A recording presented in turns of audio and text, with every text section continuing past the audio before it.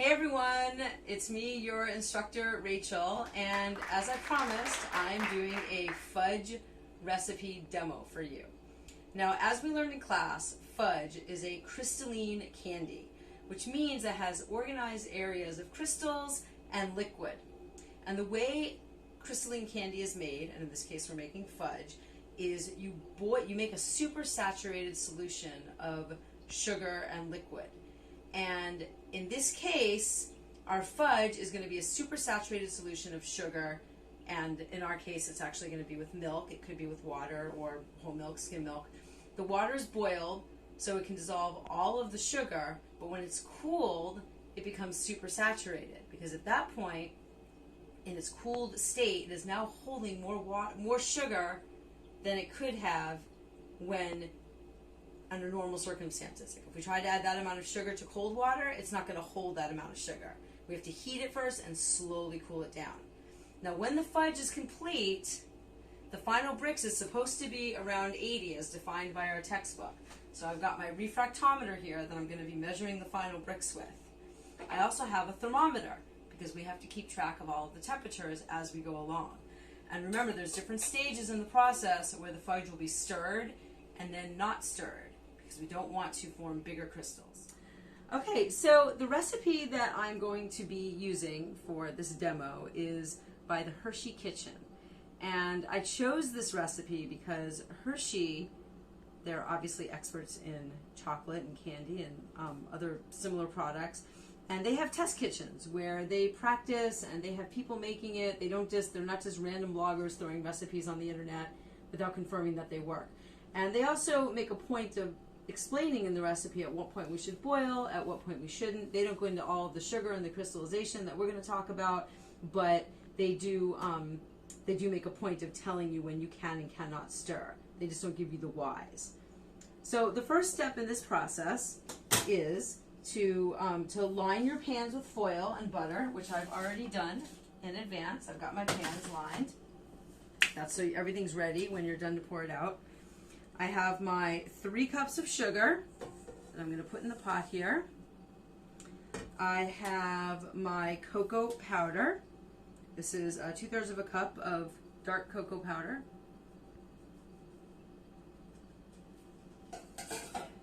I have my salt, 1/8 of a teaspoon of salt.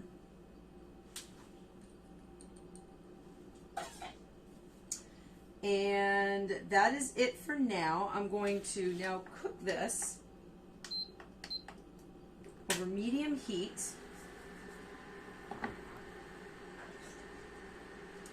Stirring constantly until the mixture comes to a full rolling boil. Oh, wait a second. I have to add in the milk too. Okay, there's my liquid. In the book they refer to it as water, but most recipes have milk.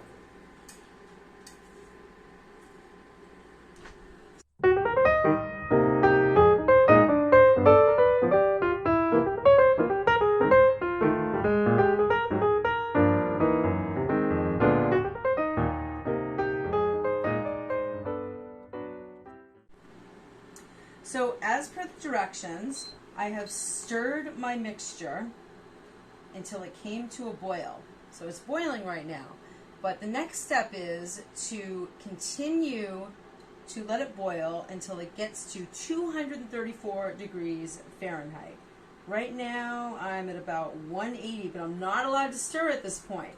I just need to wait for it to get to 234 degrees Fahrenheit on my candy thermometer, which is pretty much referred to as I think it's the softball stage according to this.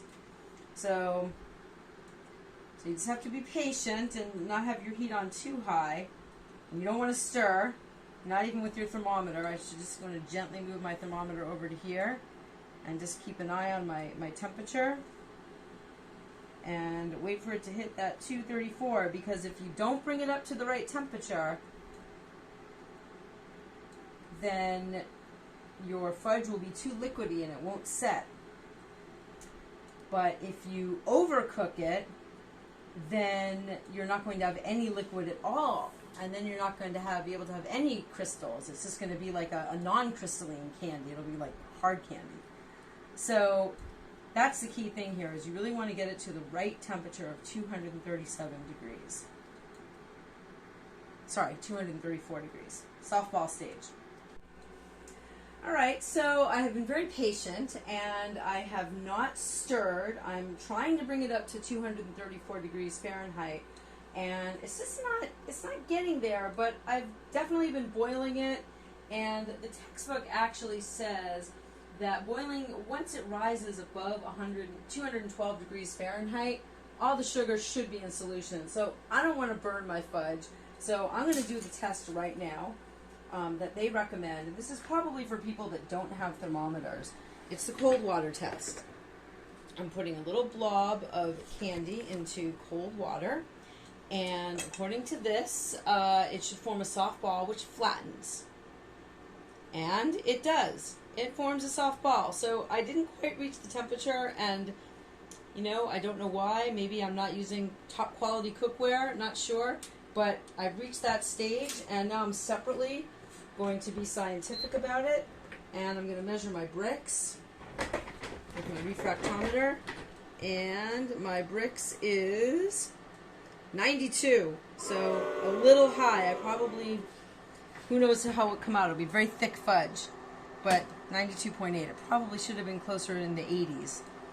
However, it's okay. I'm going to turn it off, and the next stage is to remove from the heat, add the butter and vanilla, and do not stir. And at that point, I have to cool it down to room temperature, about 110 degrees Fahrenheit. Now, our textbook actually says to cool it down to 113 degrees Fahrenheit, so around that temp. So even though I'm adding this big old hunk of butter, I am not going to stir it. Maybe I'll kind of just break it up into little chunks. I'm just going to plop it into different parts of it, but I'm not going to stir. And I'm going to take my vanilla extract, and I'm going to add that now too. Now, why am I adding vanilla at the end? If I were to add vanilla earlier, all the volatiles would have been boiled off, and there would have been no vanilla flavor. So you may notice that I now have 2 pots of fudge here. My first pot, if you'll remember correctly, I measured my bricks at around over 90. So that means that I boiled off too much liquid, and the fudge was beginning to turn into taffy. So I don't know if this one's going to work or not. I'm still going to do the mixing. Once it hits 110, 113 degrees Fahrenheit, I'm going to whip it and air it and cool it down. But in the meantime, I did a separate batch, and this one I brought up to just a little over 200, and I'm going to double check the bricks right now, because the last time I was too high, and this time it's definitely runnier. So let's see where I'm at. And I am at exactly 80. So that's pretty good, because I want some liquid in there so I can have a crystalline candy. I don't want to have a non-crystalline candy, but just to do the other test, thermometer's always good, but I wonder if 237 was too high for this fudge mixture. Maybe that's a mistake on the Hershey website. I don't know. But here is my fudge, and well, it actually looks like it's not forming a hard ball, a soft ball. So that means I may need to actually cook this a little bit more. Luckily, I haven't disrupted it, so I'm just going to turn it right back on again, and I'm going to give it a few more minutes and boil off a little extra water. And even though it's 80, I do need to have it in a little bit of a softball stage. It's not quite soft enough. So it's probably another, hopefully no more than 5-10 minutes. Time for a recheck, because I'm definitely pretty close to the 220, which isn't as hot as what the Hershey website says, but my bricks are getting up there, and I don't want the same thing to happen that happened over here. I'm at 84.6, and I think that's a pretty good place to be. And here's my little cold water test, and it seems to be holding together pretty well. And I think it's going to flatten into a little ball. I mean, maybe it could cook a little more, but I don't want to risk it. So I'm gonna call it. I'm gonna turn this off, and I'm going to let this come down to about 100 degrees, and hopefully this one won't be like taffy.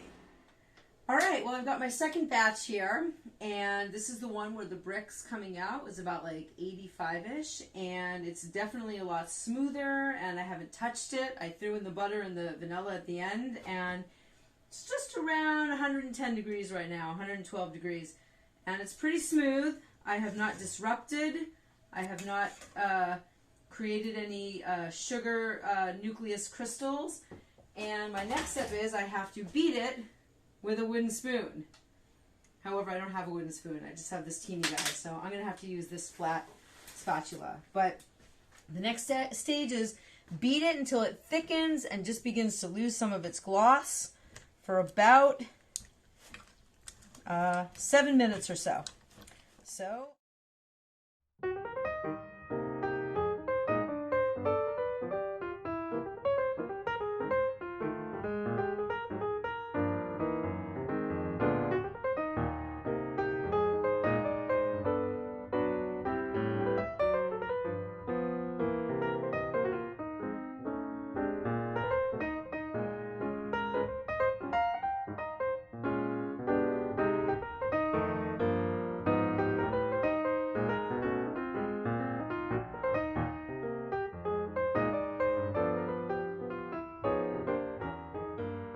Well, I have stirred and stirred until it lost its glossiness, and at this point I'm going to put it into my pan. Now, this is the first batch. That's the bad batch.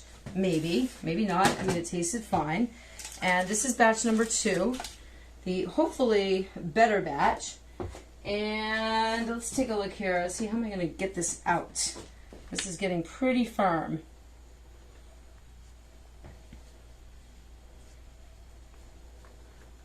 Maybe I should have stopped a couple seconds earlier while it was still kind of flowing, but I don't know. Maybe not.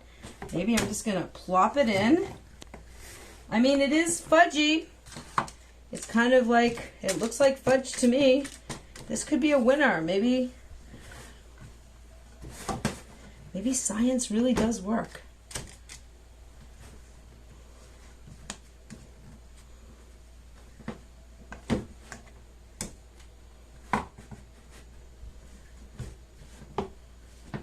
I should have a wooden spoon, but this is just going to have to do.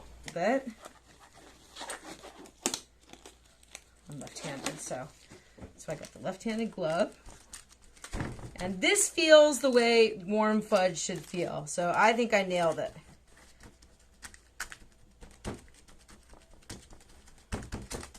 This guy, not so much.